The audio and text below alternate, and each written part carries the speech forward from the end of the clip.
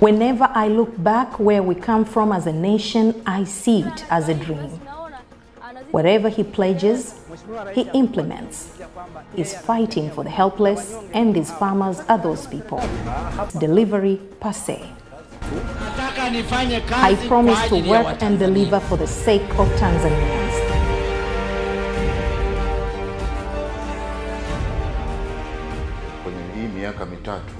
In these years of President John Magufuli, many things have been accomplished, and a big chunk of work has started, and much more is on progress.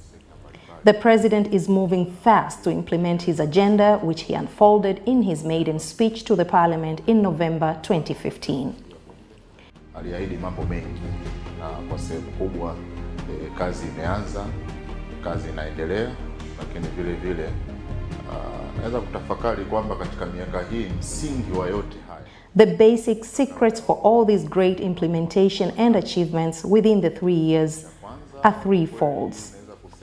First is the zeal for transformations in the government, starting with the top leaders, His Excellency, the President himself, Vice President, the Honorable Prime Minister, and other officials. They had the zeal for bringing about transformation and ensuring that challenges are addressed. Tanzania, kwa hilo ni moja kubwa limechagiza na ni moja ya siri za mafanikio tutakayoyaona katika maeneo mbalimbali. Kitu kingine kikubwa sana kimesaidia ni ufuatiliaji. Serikali imekuwa makini sana kwa kweli kufuatilia, kuona mambo yanatokea na kuhakikisha kwamba pale ambapo pana changamoto zinafanywa kazi. Niko kwenye kijiji cha Kidodi.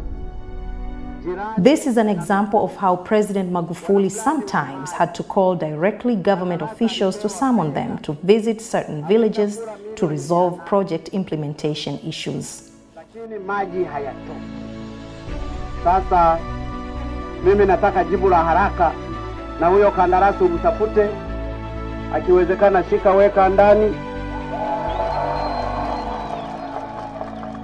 Kama naweza aje arudi kwenye mradi wake ashughulikie maji. Na wewe na kuagiza katibu mkuu uje hapa kwenye hii eneo la Kidodi pamoja na Mikumi, ufuatilie huu mradi wa maji. Vile usimamizi. The second secret is close supervision, aimed at making sure everyone along the line implements the set targets. Because of this tradition, there are times the president had to make difficult decisions to dismiss some top executives who failed to move with his pace, including the ministers. Bado hawezi kuendana na kasi aliyoitaka. Amechukua hatua, hakuchelewa. Katika mawaziri 20 nilioanza nao. They say of the 20 ministers whom I started with, I have already removed 9 from their position. So I keep asking myself, how many more will be there in the remaining 2 years?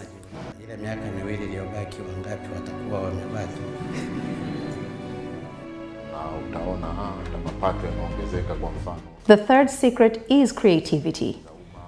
Many non-performing public institutions have been revamped, revenue collections have increased, and quality of service is also improving. Vile vile ubunifu katika namna ambavyo huduma zinatolewa kwa jamii, kwa Watanzania na kwa ujumla kwa wateja. Kwa hiyo haya ni maeneo nafikiri ni siri muhimu ambazo katika kipindi hiki zinaweza kuwa zimechagiza mageuzi ambayo tunayaona.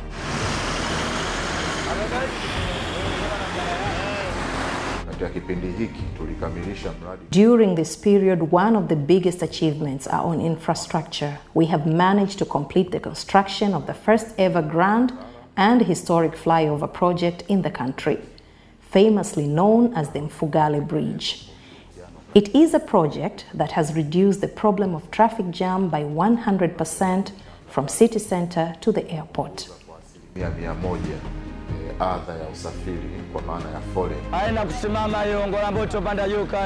Get in and take your seat. Get assured that the bus will pass through the flyover. Whoever wants to pass through the ground level, he does so, and whoever wants to pass over the flyover, he can do that too. Kama mtu anaenda kazini anafika kwa haraka. Kweli ni jambo zuri sana.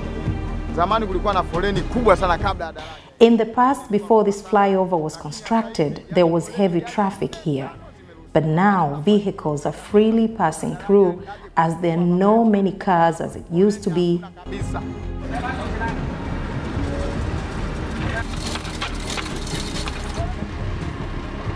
Maeneo mengine yanayoendelea. One of the areas currently being improved include renovation of Dar es Salaam port. Kuingia na kutoka jijini Dar es Salaam. Kazi kubwa inayofanyika ni upanuzi wa bandari, ujenzi wa mageti na kuongeza kina cha maji katika geti namba 1 hadi 7 kutoka mita 8 hadi mita 15. Tayari geti namba 1. Already, wharf number 1 has been rehabilitated and its cargo handling capacity expanded, and it's soon ready for work. Kwa maana hiyo, tutakuwa na uwezo wa kubeba labda shehena mpaka tani milioni 17. Sera ya viwanda inaleta uwekezaji wa viwanda. Sisi ndio tutakao kuwa tunaingiza zile imports.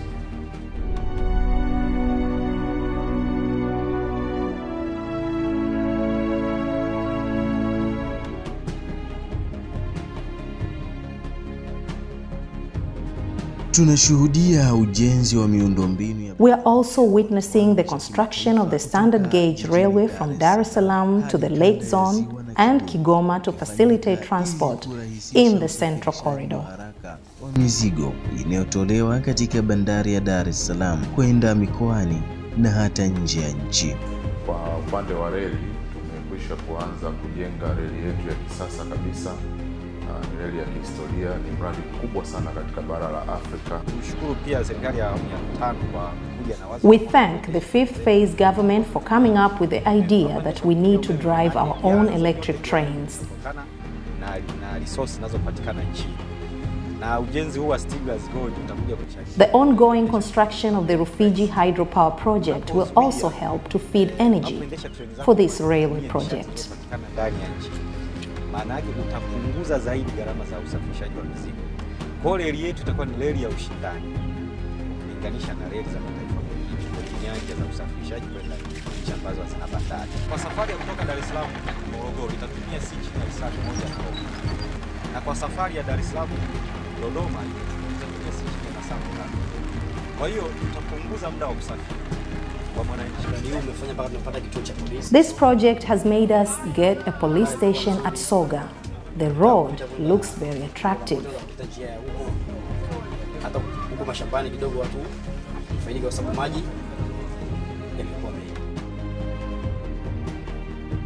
Ujenzi wa Terminal 3 nao unaelekea. The construction of Terminal 3 is also underway to transform air transport in Tanzania.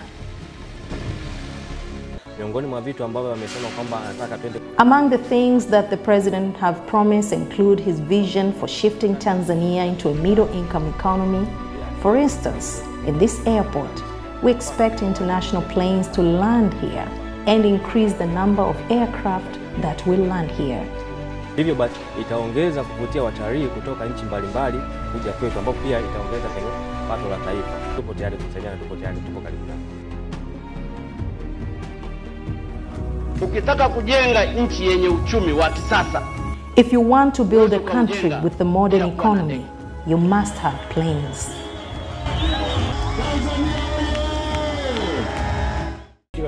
Everyone will agree with me now that you can go to many parts of the country by reliable air transport, something that was not possible in the past.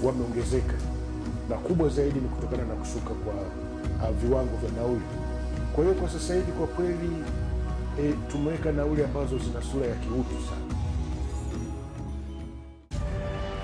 Katika mipango na mikakati madhubuti ya serikali, in the government's strategic plans of turning Tanzania into an industrialized country, the issue of access to reliable power will be an important tool in pushing up the industrial wheel. Kwa sababu nimekuwa nikizungumza juu ya viwanda, Since we have been talking about the issue of industrialization, you cannot have industries if you don't have reliable source of electricity. So the issue of power has been under close watch and control.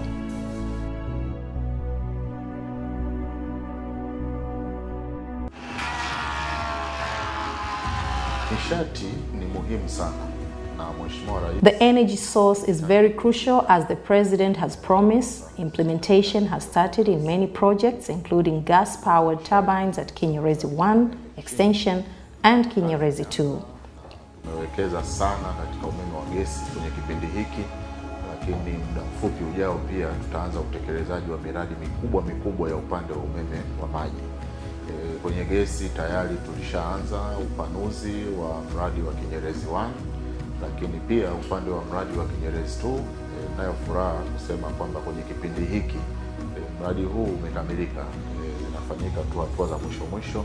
Kwanza tunamshukuru alipokuja kuweka jiwe la When the President came to lay the foundation stone for these modern gas plants, it was a challenge to us that we were supposed to install and deliver them in time. We have done so, and we will keep supporting his efforts by deeds to ensure Tanzanians are not complaining again of not accessing power. Tulikuwa tumeshamaliza mitambo yote ambayo inatumia gesi kuhakikisha kwamba tumepeleka kwenye grid ya taifa. Kwa hiyo tulihakikisha kwamba kasi anayokwenda ya kuweka Tanzania kuwa Tanzania viwanda na kwenda kwenye uchumi wa kati, tuhakikishe kwamba sisi juhudi zake tunaziunga mkono, na tumeziunga mkono kwa vitendo, na tunaendelea kuunga juhudi zake kwa vitendo kuhakikisha kwamba Watanzania hawatalalamika umeme. Madaba kulikuwa ni giza kabisa. Hakuna hata hiyo generator. Madaba was in total darkness, and there was not even a power generator, and residents had given up hope. But within a short time, we have managed to connect the area to the national grid. Umeme na huduma ya serikali. TANESCO iliweka generator na ikaanza kufanya kazi kwa muda mfupi. Lakini baada tu punde kuanzia mwezi huu wa 9 tarehe 15 tumeweza kuunganisha umeme wa grid. Sasa hivi ile generator tumeiondoa. Tumeweka sasa grid ya taifa, kwa hiyo wananchi. Now the residents of Madaba are enjoying reliable power supply at a very affordable cost. We thank God for enabling us to benefit from power supply that helped us study for a long time. Kusoma wakati wa usiku unakuta mara kwanza tulikuwa naishia kusoma saa 4, lakini sasa hivi na sasa kwa kidato cha 6 na cha 4 ambacho tuna mitihani ipo hivi karibuni, unakuta nasoma hadi saa 6, sometime hadi saa 7, lakini bado pia kuna morning prep ya saa 10 hadi saa 12. Umeme wa mwanga, umeme wa solar ulikuwa ni kama chanzo wanafunzi wengi. Solar energy was the source of many people to suffer from sight complications. But now we are very relieved. Unakuta kwamba wanafunzi wengi walikuwa mimi mwenyewe nilikuwa ni mwanga.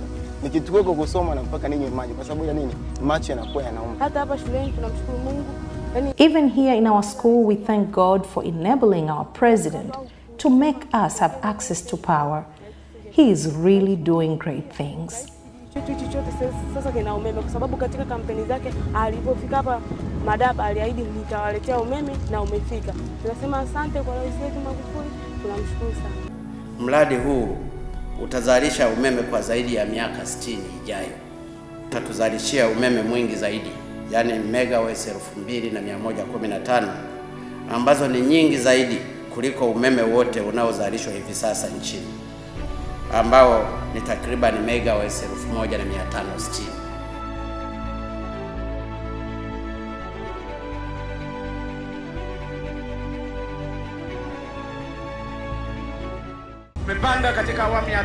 We have planned to build a dispensary in every village and health center at ward level, and in every district we will construct a hospital with the all require modern equipments. That is not enough. We'll also focus on regional and referral hospitals.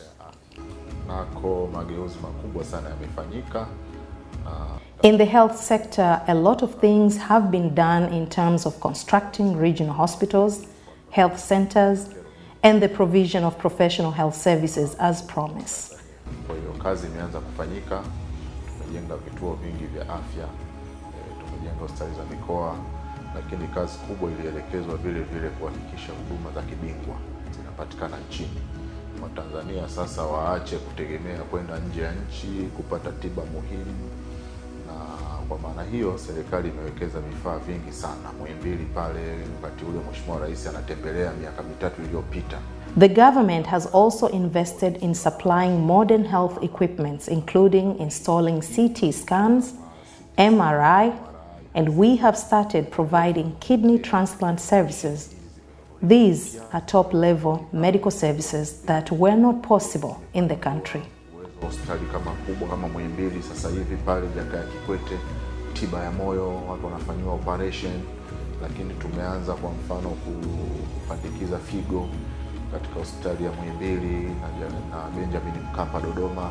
Kwa hiyo mageuzi makubwa sana yamefanyika, na ujenzi kwa mfano wa vituo vya afya unaendelea nchi nzima katika ngazi ya kata, lakini kuna ujenzi wa hospitali za wilaya zaidi ya 67 unaendelea. Kuna mikoa kanda 8 hospitali kubwa kabisa zinajengwa, lakini eneo muhimu sana. The other important area we have transformed is supply of essential medicines. Kubwa niseme matatu ambayo kwa ni ahadi yake kwa wananchi. La kwanza, Mheshimiwa Rais aliahidi kwamba kuwe na upatikanaji. The president pledged that he would ensure there was access to medicines. When he took office, availability of vital medicines was at 46%. But in the past 3 years, access to medicine has increased to 85%. And in other parts of the country, it has increased from 95 to 100%. Wastani wa 85%, lakini kuna sehemu nyingine wana 95% mpaka wengine 100%. Kwa hiyo hilo ni miongoni mwa mafanikio makubwa sana ambayo na ni utekelezaji wa ahadi kutoka wananchi. La pili, tulipewa maagizo kwamba tuanze sasa kununua dawa kutoka kwa wazalishaji. Na dawa tuna sasa hivi tunapozungumza tuna zaidi ya wazalishaji 100. So currently we have over 119 international suppliers and 9 local producers supplying medicines. We have also managed to reduce prices of medicine on the average of 40%. Tukijumlisha kwa pamoja unapata wastani wa 40%. Na unaposema upunguaji wa bei, maana yake ni kwamba sasa zahanati yuko anapata dawa za milioni 4, inaweza kupata dawa zenye thamani ya milioni 6 au 7. Ndio tafsiri yake hiyo.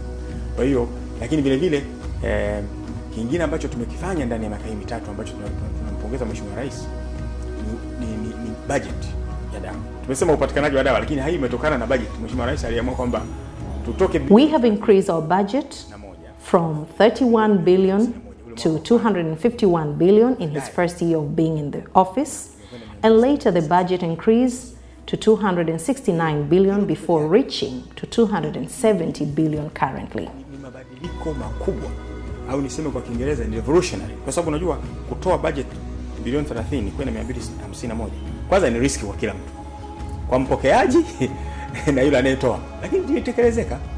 Na tunapozungumza sasa hivi dawa muhimu kwa wananchi zipo.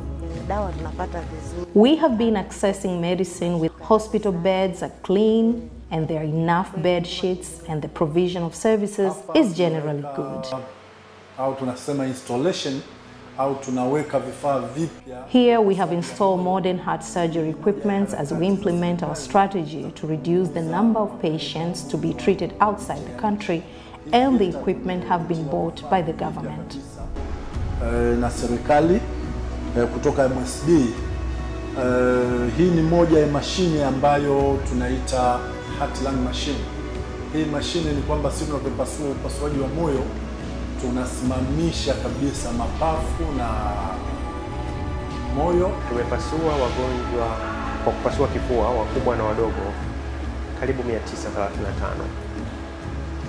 Kwa hiyo ukitizama katika kipindi cha miaka mitatu, we have conducted different types of surgeries to a total of 3,495 patients in the past 3 years, which is 3 times bigger number compared to what we did in the past 7 years. Ukitizama kwenye kupasua kwa tundu dogo ambao tulikuwa hatuna kabisa tulipokuwa Moi, tumeweza kuwafanyia wagonjwa karibu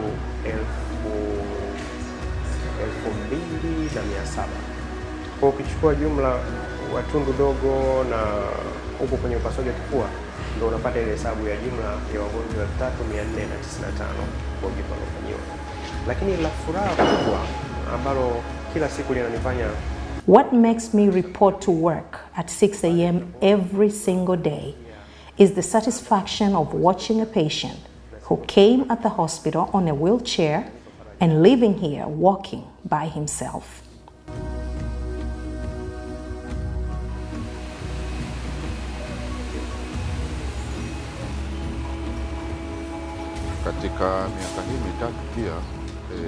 In the past 3 years, the government has furthermore implemented our vital desire and cherished dream of attaining industrialized economy. Mmesikia kwamba tumeanza mchakato wa kuhamasisha na kuwafanya wawekezaji wengi kwenye sekta ya viwanda waje nchini, na tayari tuna viwanda zaidi ya 3,000. Currently, we have over 3,000 registered industries. Some have been completed and others are in good progress. The country now can boast. Tayari baadhi ya viwanda vimeweza kuzinduliwa nchini na vinafanya kazi. Tayari leo nchi yetu tunazalisha bidhaa mbalimbali kutokana na uwekezaji ambao tayari umeanza kwenye eneo hili la. The country now can boast of locally produced products include Ursus tractors. Na wakulima wengi wameanza kufaidika nayo kwa kuyanunua, yanawasaidia kwa shughuli mbalimbali za mashambani, lakini tumeanza kuzalisha kwa mfano bidhaa za kama za chuma, nondo za namna mbalimbali ambazo zinasaidia vile vile kwenye utekelezaji wa miradi mingine mikubwa nchini kama vile SGR ambayo ni reli yetu ya kisasa. Lakini vile vile tunazalisha marumaru mbalimbali kwa matumizi ya majumbani. Locally made tiles, pharmaceuticals and food products. Lakini kuna viwanda vingi pia vya uzalishaji wa mazao ya chakula. Kwa hiyo Tanzania ya viwanda si ndoto tena.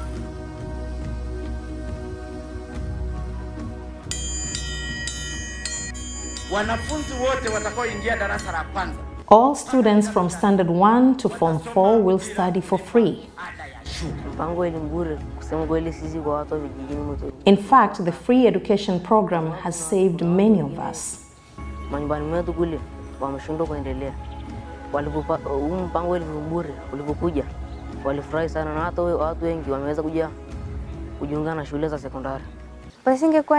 Had there not been for free education program, I would have been working somewhere else, or perhaps I would have been experiencing the other living or married life. Tunatoa kila mwezi, tulikuwa tunatoa bilioni 17.777 kila mwezi. We were initially disbursing 17.7 billion shillings a month, but now we have increased to 23.85 billion shillings per month. Ni zile ambazo zinatumika kama posho maalum za uongozi kwa wakuu wa shule, waratibu wa shule na kadhalika, wanalipwa posho pia maalum katika kusimamia haya.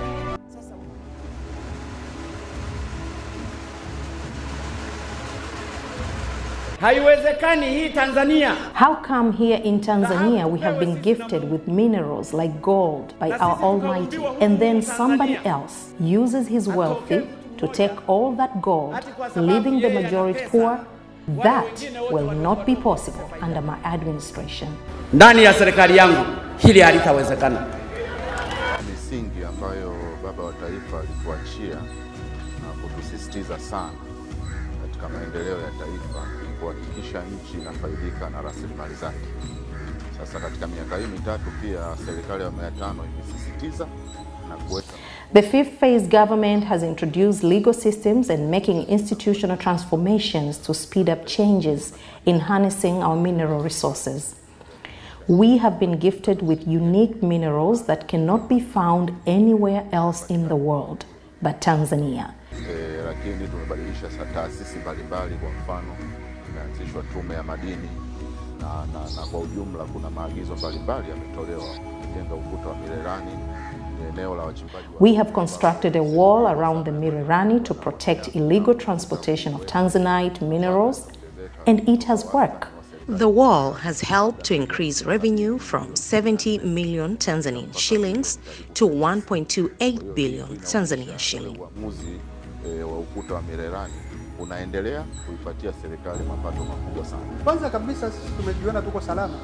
For now, we feel secured after the construction of this wall, as we are all using one gate to enter Mirerani small mining area. This makes our properties more secured. Chochote tunapitia gate moja. Kwanza hapo mwanzo kuja huku Ngolini tulikuwa tunapita njia yoyote. Lakini sasa hivi kuna utaratibu. Previously, we were using any entrance to the mines, but now there is a special procedure that requires us to enter the mines through one gate. Tupo Ngolini.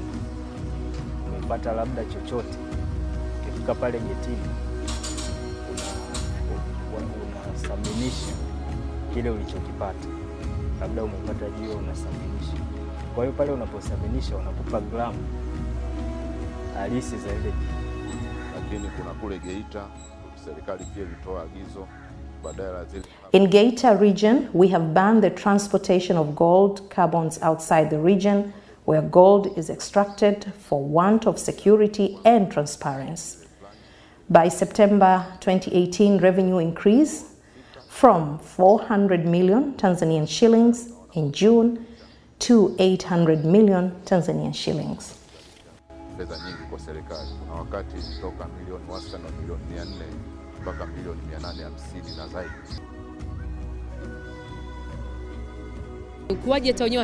The sector continues to grow, as in 2016 its growth was 11.5%, but in 2017 it grew by 17.5%.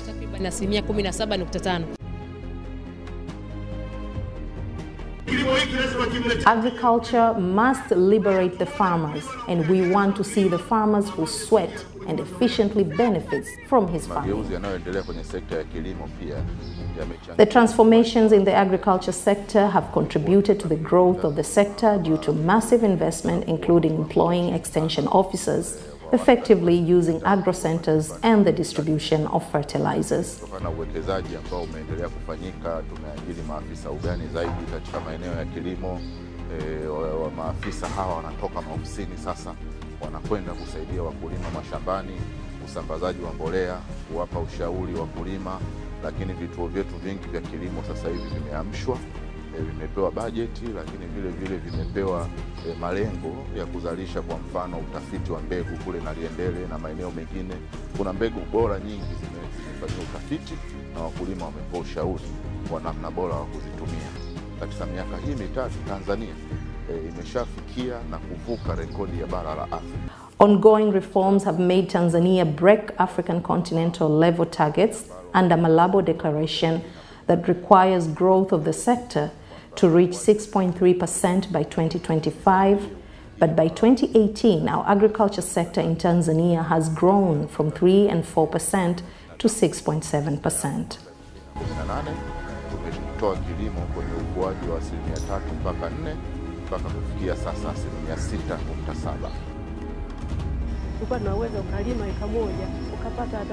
You were able to cultivate 1 acre and get 2 bags of harvest, but because of the new irrigation scheme, we are now harvesting up to 40 bags.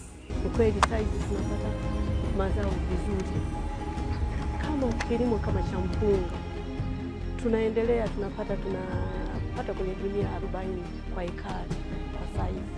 Tofauti na mara ya kwanza tulipokuwa tunalima kilimo tofauti cha holela tu, tulikuwa tunapata gunia 8, gunia 5.